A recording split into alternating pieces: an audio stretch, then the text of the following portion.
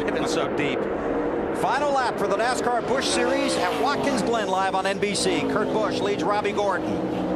Boy, Robby got through the S's really good there. Here comes the bus stop. Here he comes. Whoa! Oh, to the inside. Wow! Contact. They're through in the grass. And Kurt Busch comes out. Unbelievable. You got him. Nice job. Clear by one. That was some great car control on both of those guys right there. You knew it was coming. Oh. You basically were right. Robby didn't He go wasn't through going to it. make it.